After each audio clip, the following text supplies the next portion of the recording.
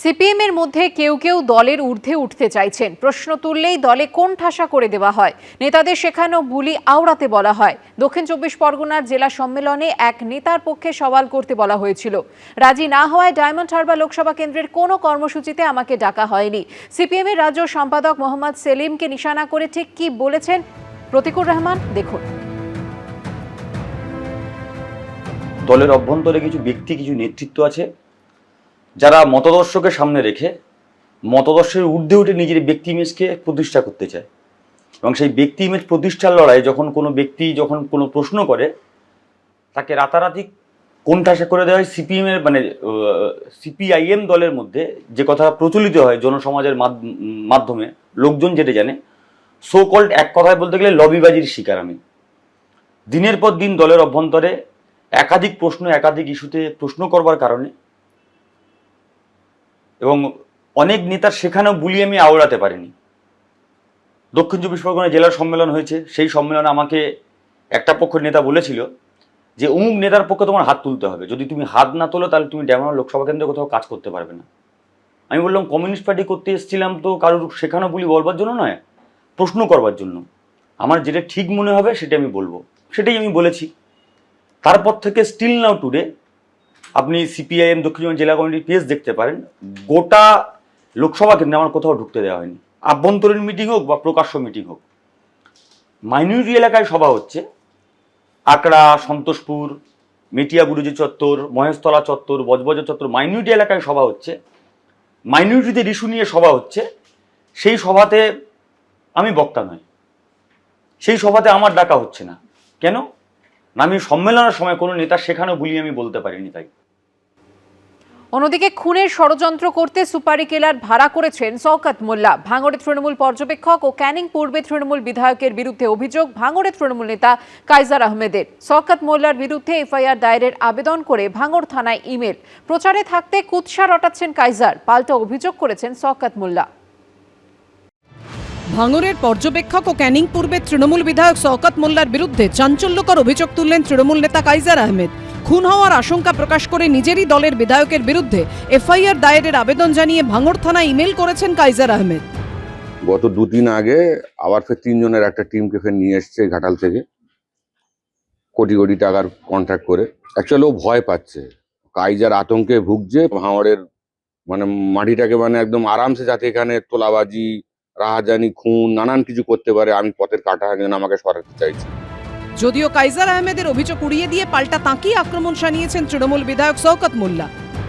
ওকে কেন লোপন করতে যাবে? এরা যে কোনো ভাবে তৃণমূল কংগ্রেসের নেতা কর্মী তাদেরকে ইমেল নষ্ট করো, এটাই হচ্ছে এর মূল কাজ। আসলে এরা হচ্ছে এক ধরনের জমি মাফিয়া। ঘটকপুকুর থেকে ঘটকপুর ওদিক থেকে চণ্ডীপুর থেকে আর সায়েন্স সিটি পর্যন্ত যত জমি আছে, এই কাইজার আর কাইজারের বাবা এরা সমস্ত প্রবন্ধিং করেছে তৃণমূল কংগ্রেসের ঝান্ডাটাকে সামনে রেখে। দলনেত্রী মমতা বন্দ্যোপাধ্যায়কেও আক্রমণ করেছেন কাইজার আহমেদ। পুলিশ প্রশাসনের কোনো ভূমিকা নেই, দলেরও কোনো ভূমিকা নেই। এটা মমতা ব্যানার্জি কিছু যায়ও আসে না। মারছে কে মুসলিম, মরছে কে মুসলিম, তাতে একটা মূল্য ওনার কিছু যায় আসে না। আমাদের যখন প্রয়োজন ছিল ব্যবহার করেছে। এগুলো হচ্ছে এখন ভোটের আগে বেশ কিছু জায়গায় বেশ কিছু লোককে দেখা যাচ্ছে তারা কন্ট্রোভার্সিয়াল কথা বলে নিজেদের গুরুত্ব বাড়াবার চেষ্টা করছেন বা ভেসে থাকার চেষ্টা করছেন। মানুষের জন্য সবথেকে বেশি চিন্তা করেন, মানুষের পাশে দাঁড়ান, সেই নামটা হচ্ছে মমতা বন্দ্যোপাধ্যায়। দলেরই বিধায়কের বিরুদ্ধে তৃণমূল নেতার অভিযোগ ঘিরে চড়তে শুরু করেছে রাজনৈতিক তরজার পারদ।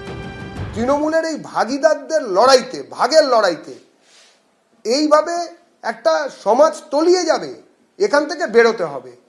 বাঁচতে চাই বিজেপি, তাই স্লোগান নিয়ে আজকে মুসলমানরাও এগিয়ে আসছেন, তারাও বিজেপিকে ভোট দেবেন বলে এবারে ঠিক করেছেন। সেই জন্য এইসব লোক দেখানো জিনিসপত্র হচ্ছে। এটা তো তৃণমূল সার্কাসের দল, ভাগ নিয়ে মারামারি, চোরদের মধ্যে মারামারি হচ্ছে, আরো বাড়বে। এর আগেও একাধিকবার শওকত মোল্লার সঙ্গে কাইজার আহমেদের অন্তর্দ্বন্দ্বের সাক্ষী থেকেছে ভাঙড়। এমনকি কাইজার আহমেদের বাড়ি লক্ষ্য করে বোমাবাজির অভিযোগ ওঠে শওকত মোল্লার অনুগামীদের বিরুদ্ধে। রঞ্জিত হালদারের রিপোর্ট, এবিপি আনন্দ, দক্ষিণ 24 পরগনা। সিবিআই লার্জার কনস্পিরেসির অংশ, ওরা কাউকে আড়াল করার চেষ্টা করছে, অভিযোগ করলেন আরজি করে নিহত চিকিৎসকের মা। আদালতে তদন্তকারী কেন্দ্রীয় সংস্থা সিবিআইয়ের ভূমিকা নিয়ে প্রশ্ন তুললেন নির্যাতিতার পরিবারের আইনজীবী। পাল্টা জবাব দিয়েছে সিবিআই।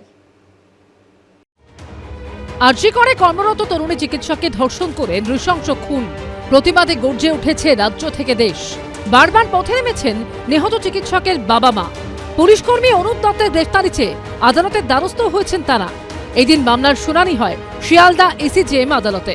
নিহত চিকিৎসকের পরিবারের আইনজীবী বলেন, আমরা মনে করি এই মামলায় সিবিআই নিজেই লার্জার কনস্পিরেসির অংশ। সেই কারণেই এএসআই অনুপ দত্তকে এখনো গ্রেফতার করা হয়নি। অনুপের নির্দেশেই ওই খুন ধর্ষণ মামলায় সাজাপ্রাপ্ত সঞ্জয় রায় আরজি কর হাসপাতালে গিয়েছিলেন। ঘটনার দিন রাতে যে 4 চিকিৎসকের সঙ্গে নিহত চিকিৎসক খাবার খেয়েছিলেন তাদেরকেও গ্রেফতার করা হয়নি।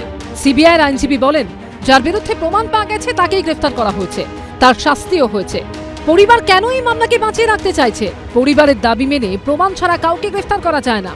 পুলিশ অফিসারের বিরুদ্ধে পুলিশিংয়ে গাফিলতি পাওয়া গিয়েছে, সেটা ক্রাইম নয় এবং গ্রেফতার করার জন্য পর্যাপ্ত নয়। অনুপ দত্তকে একাধিকবার জিজ্ঞাসাবাদ করা হয়েছে, প্রমাণ না পেলে কাউকে গ্রেফতার করা যায় না। কলকাতা পুলিশের কর্মীদের সংগঠন ওয়েলফেয়ার কমিটির ছাতার নিচে ছিল ধৃত সিভিক ভলেন্টিয়ার সঞ্জয় রায়, যে কারণে তার আরজি কর মেডিকেল কলেজেও অবাধ বিচরণ ছিল। এএসআই অনুপ দত্ত সেই ওয়েলফেয়ার কমিটির সদস্য। আরজি কর কাণ্ডের তদন্তে 2024 সালের অগস্টে অনুপ দত্তকে ডেকেছিল সিবিআই। সাংবাদিকদের প্রশ্নের উত্তর এড়াতে কার্যত ছুটে পালান কলকাতা পুলিশের assistant sub inspector Anup Dutta. সেই এএসআই অনুপ দত্তকে গ্রেফতারের দাবি তুলেছেন নিহত চিকিৎসকের মা বাবা। তাদের অভিযোগ, সিবিআইও ষড়যন্ত্রের অংশ। প্রত্যেকটা কেস যেটা হয় সেটা আমার মেয়ের তদন্তে কিছুই হয়নি। প্রত্যেকটা ক্ষেত্রে গাফিলতি হয়েছে এবং সিবিআই সেগুলো মেনে নিয়েছে। মানে এই যে বৃহত্তর ষড়যন্ত্র, এই বৃহত্তর ষড়যন্ত্রের সঙ্গে সিবিআই এখন যুক্ত হয়েছে। ঘটনার দিনের হাসপাতালের সিসিটিভি ফুটেজ নিয়েও এই দিন আদালতে প্রশ্ন তোলেন নিহত চিকিৎসকের পরিবারের আইনজীবী। তিনি বলেন, ঘটনার দিন রাত 9টা থেকে পরের দিন বেলা 12:15 পর্যন্ত পুরো সিসিটিভি ফুটেজ আমাদের দেয়া হোক, প্রয়োজনে কোর্টে বসে দেখব, কিন্তু সিবিআই দিচ্ছে না। সিএফএসএল রিপোর্টে ধস্তাধস্তির চিহ্ন ছিল না বলে উল্লেখ করা হয়েছে। কি করে তা সম্ভব? বোঝাই যাচ্ছে ক্রাইম অন্য জায়গায় করে বডি আরেক জায়গায় রেখে দেওয়া হয়েছে। সিবিআইয়ের আইনজীবী বলেন, সিসিটিভি ফুটেজের যে অংশ জরুরি বলে মনে হয়েছে তা চার্জশিটের সঙ্গে দেওয়া হয়েছে। নিহত চিকিৎসকের পরিবারের আইনজীবী বলেন, সিবিআই তার স্ট্যাটাস রিপোর্টেই বলেছে ঘটনার পুরো ভিডিও রেকর্ডিং করা হয়নি। তার কারণ কি? তাহলে কি সঞ্জয় রায়ের হেডফোন দেহের পাশে রেখে দেওয়া হয়েছিল? কিছু লুকোনোর জন্যই কি পুরো ভিডিও করা হয়নি? অটোপসি রিপোর্ট নিয়ে সিবিআই স্ট্যাটাস রিপোর্টে বলেছে 9 তারিখ থেকে 11 তারিখ স্যাম্পল হাসপাতালেই পড়েছিল। সেই সময় তা পাল্টে দেওয়া হয়নি তো? পুলিশ কর্মীরাই সব লুকিয়ে দিয়েছে নাকি সিবিআই লুকিয়ে দিয়েছে? সিবিআই দাবি করে কোনো তথ্য লুকানো হচ্ছে না, তদন্ত এখনো শেষ হয়নি, ক্লোজার রিপোর্ট দেওয়া হয়নি। পলিগ্রাফ টেস্ট ফেল করার পরেও অনুপ দত্তকে কেন কাস্টডি নেওয়া হয়নি সেটা নিয়ে ছিল আমাদের আবেদন। দ্বিতীয় আবেদন ছিল হচ্ছে ভিকটিমের সঙ্গে শেষ যেই ডাক্তাররা 4 জন ছিল তাদেরকে কেন কাস্টডিতে নেওয়া হয়নি, কেন সিবিআই শুধুমাত্র সঞ্জয় রায়কে যেই পার্টটায় দেখা যাচ্ছে সেইটুকুনি সিসিটিভি প্রডিউস করে গেছে। আমাদের একটা প্রেয়ার রয়েছে যে 15 ঘন্টা সিসিটিভি, মানে 8ই আগস্ট 2024 রাত 9টা থেকে 9ই আগস্ট 2024 দুপুর 12টা অব্দি এই 15 ঘন্টার সিসিটিভি অফ আরজি কর বিল্ডিং, মানে এন্টায়ার পুরো বিল্ডিংয়ের প্রত্যেকটা তলা, কম্পাউন্ড এবং এন্ট্রি অ্যান্ড এক্সিট গেট, এই পুরোটা আমরা চেয়েছি। কেন ওই একটা পার্টে যেটুকু সঞ্জয় রায়কে দেখা গেছে সেইটুকু দিয়ে তাহলে না, বাকি পার্টটা নিয়ে আমাদের দেখতে হবে। আজকে সিবিআই এসে অদ্ভুত একটা রিপ্লাই দিয়েছে। ওনাদের প্রথম থেকে শেষ অবধি একটাই বক্তব্য যে আমরা তদন্ত করছি, কিন্তু আবার শেষে ওরা লিখেছে যে আমাদের এই যেই অ্যাপ্লিকেশন পুরোটাই রিজেক্ট করে দেওয়া হোক। এই যে লার্জার কনস্পিরেসি বলে কথাটা উঠছে, CBI is a part of the larger conspiracy, is one of the person who are involved all this larger conspiracy. আরজি করের ঘটনার পরে শ্রীরামপুরের তৃণমূল বিধায়ক এবং আরজি কর হাসপাতালের রোগী কল্যাণ সমিতির চেয়ারম্যান সুদীপ্ত রায়ের বিরুদ্ধে আর্থিক অনিয়ম সংক্রান্ত তদন্ত শুরু করলেও তাকে কার্যত ক্লিনচিট দেওয়া হয়েছে বলে অভিযোগ। তা নিয়ে প্রশ্ন তুলে নিহত চিকিৎসকের পরিবারের আইনজীবী বলেন, সুদীপ্ত রায়কে কেন গ্রেফতার করা হলো না? সিবিআই আদালতে জানায় সুদীপ্ত রায় অপরাধের সঙ্গে যুক্ত এমন প্রমাণ মেলেনি। প্রকাশ সিনহা ও ঐশী মুখোপাধ্যায়ের রিপোর্ট, এবিপি আনন্দ, কলকাতা। এবিপি আনন্দ, এগিয়ে থাকে, এগিয়ে রাখে।